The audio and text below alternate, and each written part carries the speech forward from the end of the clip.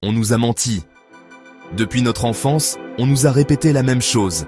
Avoir un diplôme, un travail stable, peut-être un appartement, un couple. Et surtout, être heureux.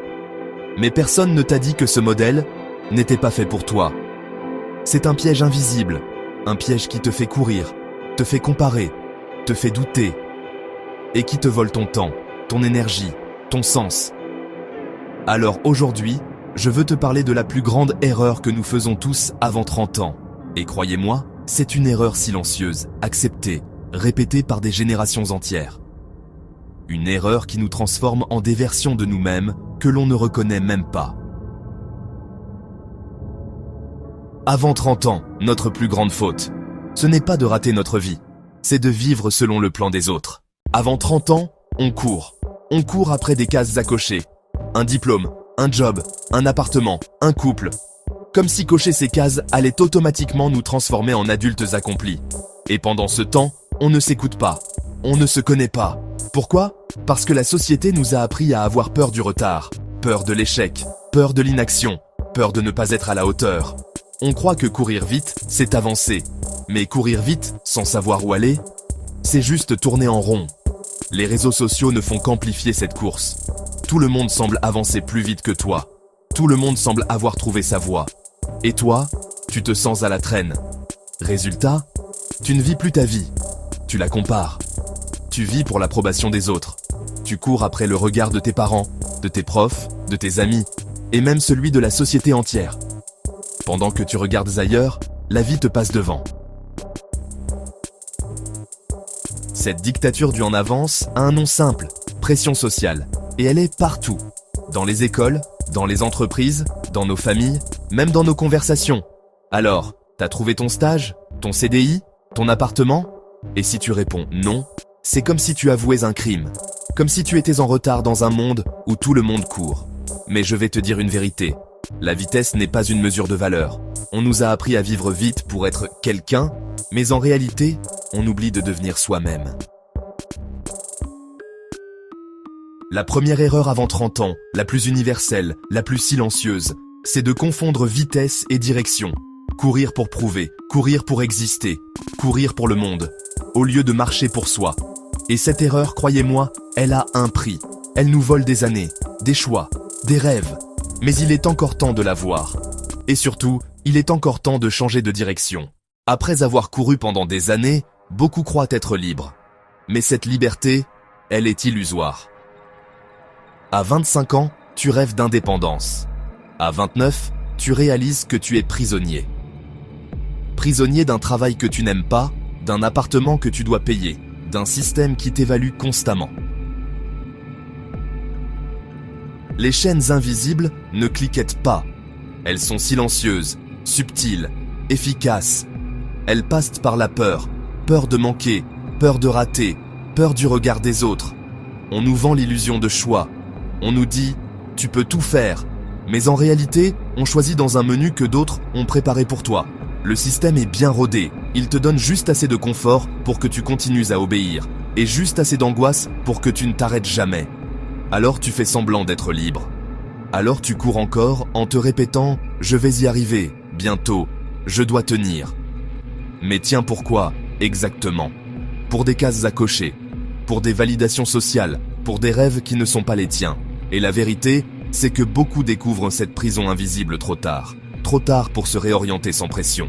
Trop tard pour oser le vide, la remise en question, l'arrêt. Mais il y a une chose que personne ne peut te prendre. Le moment où tu décides enfin de ne plus courir pour les autres. Avant 30 ans, tout le monde a peur d'échouer. Peur de perdre, peur de se tromper, peur de décevoir. Et cette peur devient souvent une honte silencieuse. On se compare aux autres, on voit leur réussite affichée, et on croit que nos échecs nous définissent. Pourtant, l'échec, ce n'est pas une faute. L'échec est un miroir. Il te renvoie ce que personne d'autre ne peut te dire. Pourquoi fais-tu tout ça ? Pour qui ? Pourquoi ?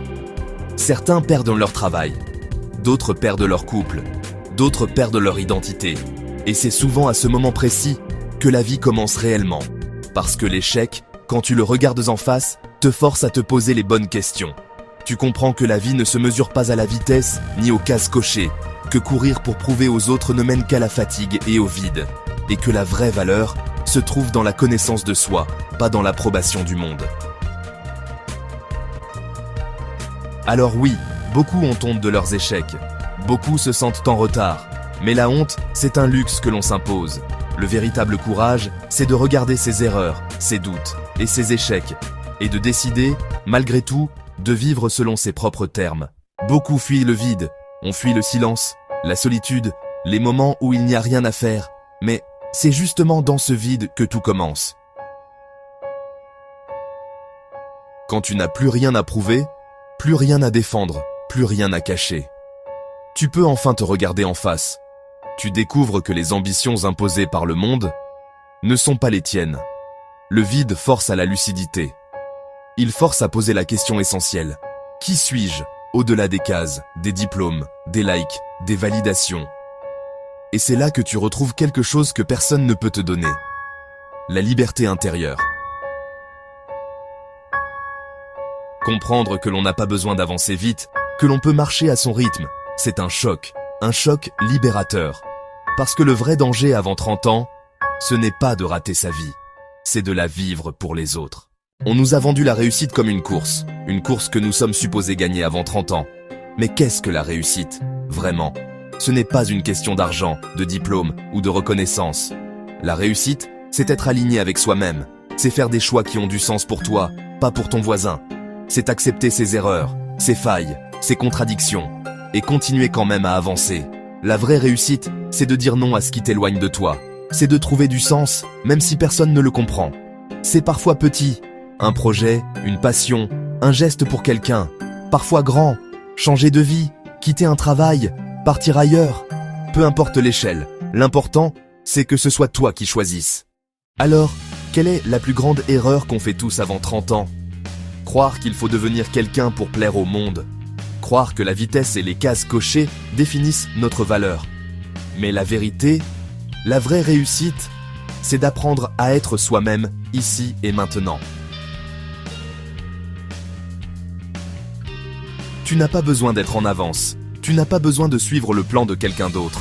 Tu as juste besoin de marcher dans tes propres pas, de vivre tes doutes, tes erreurs, tes silences, et de trouver ton propre rythme dans ce monde qui te veut presser. Avant 30 ans, on fait tous la même erreur. Mais ce n'est pas une fatalité. Le temps n'est pas ton ennemi. Le véritable courage, c'est de reprendre le contrôle de sa vie, un pas à la fois.